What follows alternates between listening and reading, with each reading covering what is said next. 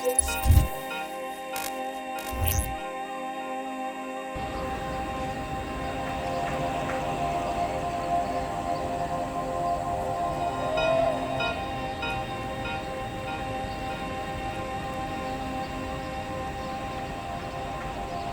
original, I think, is verging on the impossible nowadays because everyone is expressing themselves and there's so many influences that it's almost impossible to make things because you can't live in a void and develop your own. But I think it's really possible to develop your own identity and your own sound. And this comes with practice and defining limits in which you are going to work and then developing those tools and your skills as much as you can. I don't really come from a musically inclined family, but there was always some kind of music, sometimes cheesy, bad pop music being played, but that got me attached to it. And from there basically it evolved and I got involved in the scene. I discovered a lot of music thanks to the squats that were around the area at the time, and that really blew my mind. And the more I went to the parties, the more I got involved in collecting music, in finding out about music, in visiting also record stores. And then from there, I got really curious about how to make it, and then it became an obsession, and then I just couldn't avoid making it.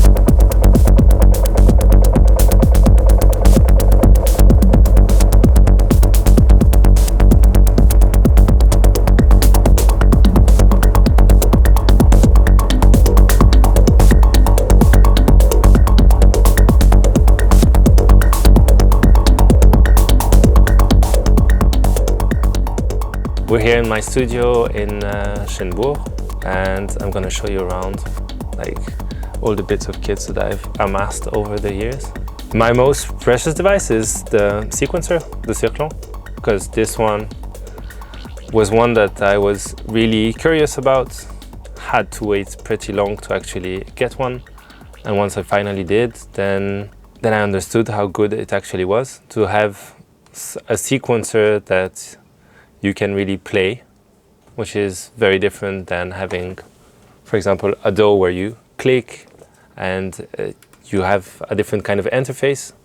This one is really fun, and the manual looks like a NASA manual, which is fantastic, and it looks like a spaceship kind of thing. So when you're using it, you feel like you're at the commands of, a Sputnik or something like that. I wouldn't say it made the tracks, but it's allowed me to get out of sequencing things on the computer and thinking in a very different way. It's not about aligning blocks in the piano roll anymore. It's about, to some extent, it's also about having this visual return, but then you have only this green light that tell you if a note was on or off, and then you can just arrange them and see how it goes. And you can also really play the melodies with some functions. You can use this. They have this thing called the sculpt mode, where once you have a sequence, you can start, for example, with a rhythmic bass where all the notes are the same, and then by using the sculpt, you can move the notes around while keeping the same rhythm. So basically, you can, if you have a melody in your head, but you suck at writing melodies because you don't have the proper knowledge, then you can really just go around and sculpt it and say, I want it to go low, and I want it to go high, and I want it to go even higher. And that's really fun to do, perfect for acid lines. So the mixer is a part that is as important as the rest. what is fantastic about it is that, first of all, it sounds fantastic. The EQs, the preamps, the summing is amazing. And because I come from dub, basically, I always had this fantasy of having a big mixer and many sends and sending stuff in and out and playing with effects.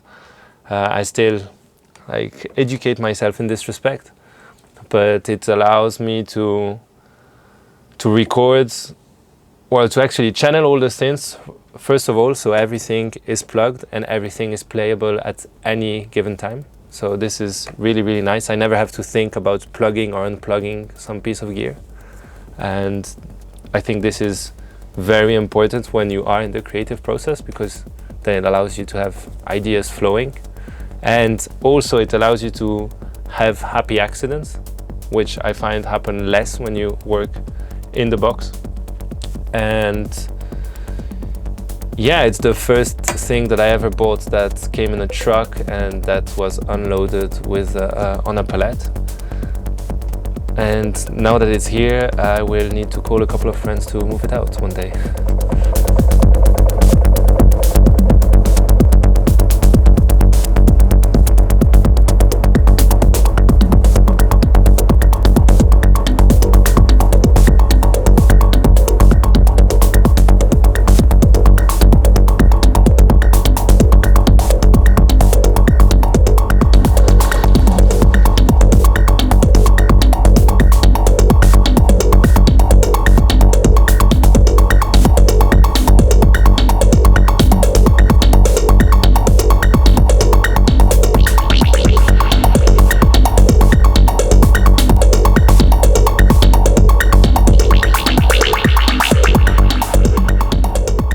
So the last piece of kit I got was Roland Chorus Echo RE501, which is legendary. So for people who don't know what it is, the Chorus Echo is the studio big brother of the RE201, which is a delay, like it's a tape delay, and it has a legendary status because it was used basically on many dub production, many rock production, and basically I think everything that had an echo at some point in the 60s and 70s must have come from this. It has a fantastic spring reverb inside. It has a chorus that sounds nice and dirty, and it's one of those things. It's a delay that you can also really play with, because you can control the speed of the tape, so that will give you a different tone because you can slow it down, make it faster. You can control how loud the tape gets rewritten and how much feedback it has. And if you open it up, you can basically also play around with the tape and go really experimental with it. So I'm using this DAW that is called Bitwig Studio. For me, it's a fantastic bit of kit in the sense that it allowed me to start really thinking not in terms of tracks, but how everything can interact with everything else. The elements that are given with the DAW are very simple. Everything is extremely simple, but they integrated the option to be able to modulate everything with everything. So you can use audio to modulate a parameter, any parameter. You can use LFOs to modulate any parameters. You can use step sequencer. You can use whatever you want. You can use audio in to modulate, or audio from your external gear to modulate stuff in there. And it has some very nice and practical things about it as well, which I really like.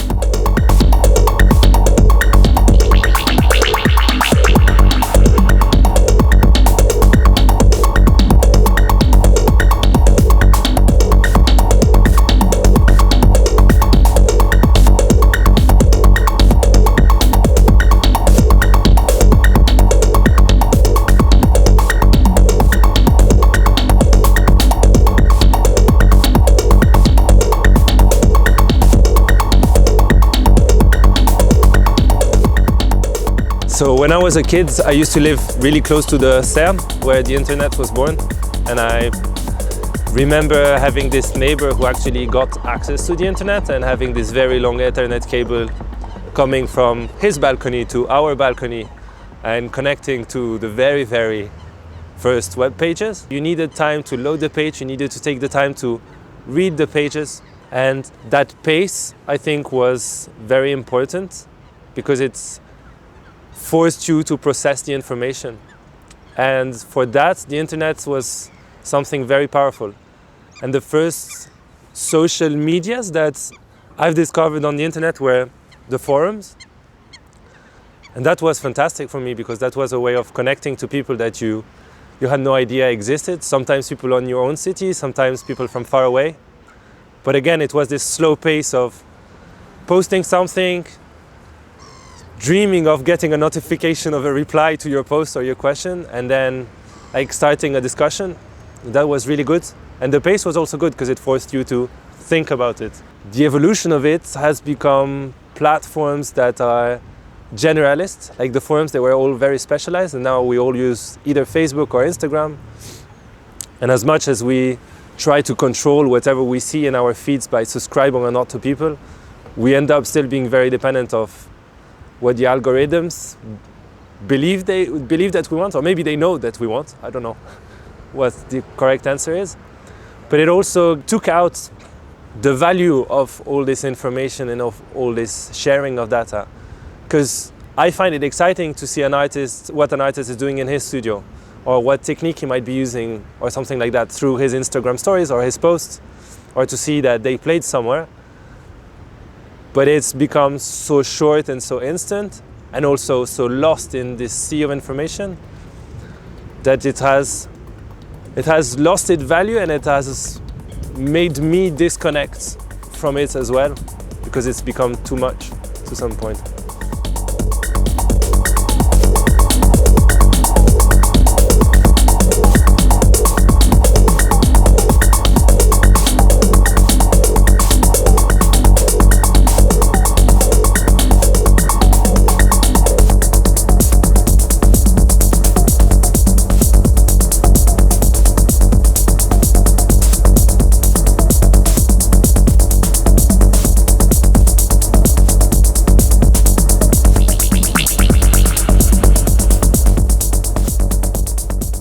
So this synth is another one of those things that I had to wait a very long time to get my hands on. It's the Cwejman S1 MK2, and like people in the know and people in the Eurorack world, they know that Cwejman makes those extremely well-tuned and calibrated modules, and this one is basically one full synth voice, and it's a full synthesizer which is pre-patched in the back, but then you can also use it like a modular synthesizer and use either inputs or outputs to modulate different elements.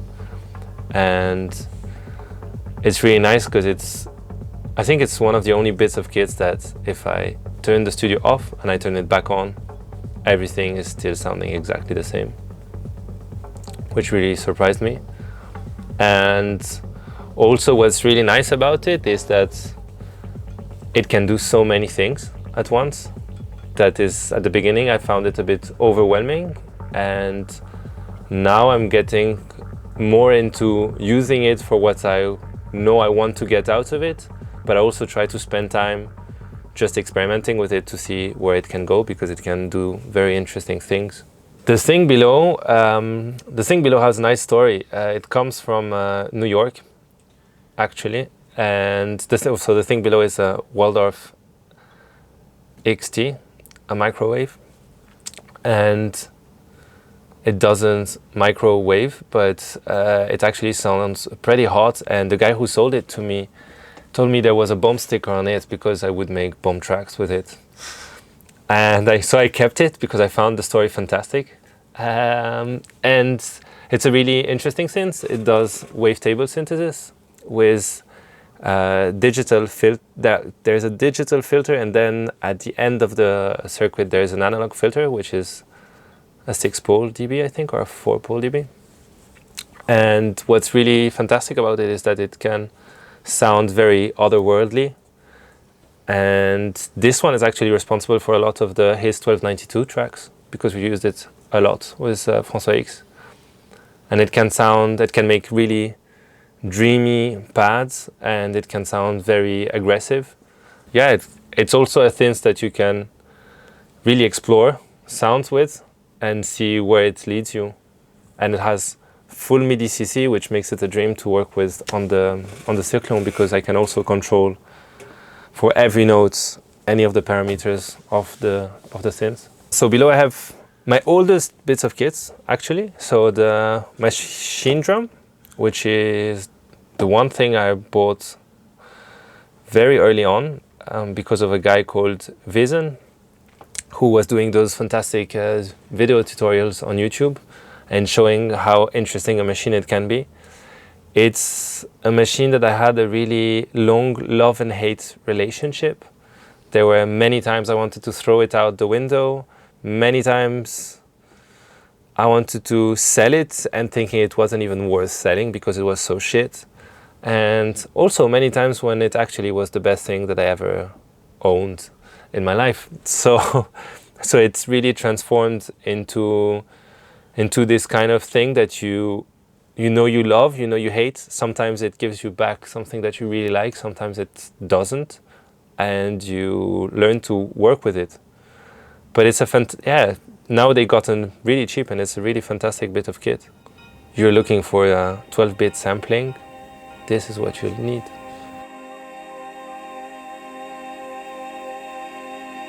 In order to believe that the sound originates outside mind, we must, whether we realize it or not, believe that mind exists inside the body. Yeah, Geneva is the city you try to escape, but you always come back to. Yeah, the city and the neighborhood really does influence the music in the sense that it's really calm, so you don't have that many distractions and you can really focus on what you want to do. And at the same time, it still has enough inputs that it gets you inspired to do stuff. You can still discover stuff. Yeah, Geneva is actually a place where the electronic music scene is somehow booming. It used to be a platform for many people. Derek May used to live here for 5 years. Cassie lived here for a long while. Luciano and Cwejman founded Cadenza here. So it's been a platform for many electronic music artists. And it's slowed down for a couple of years, but now it's really picking up again with independent labels, artists also doing stuff that are super local. So now it's actually a really good time. Actually, compared to 10 years ago, it's really good. There's stuff happening 3 nights a week, every week, basically. We have really big lineups. Like just this week, we have Jeff Mills and Tony Allen, Garrett Johnson, Sven Witt.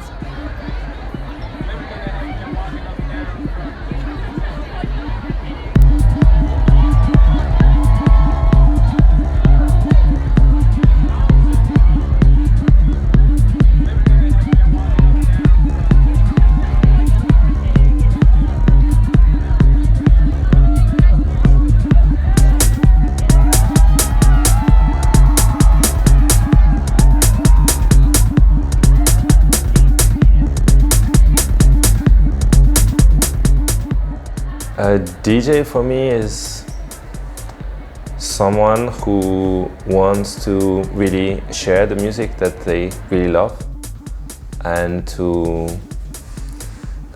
allow people to experience that music. So it comes first from a love of music, a love of finding music and of sharing it, and then from there it builds to becoming an art form where the way you present stuff and the way you contextualize every track and every piece of music during the night and in every different setting can totally change the perception of that piece of music. So DJing is about sharing the music and then learning how you can present the music in the best way and present it in a way that becomes your own in the end.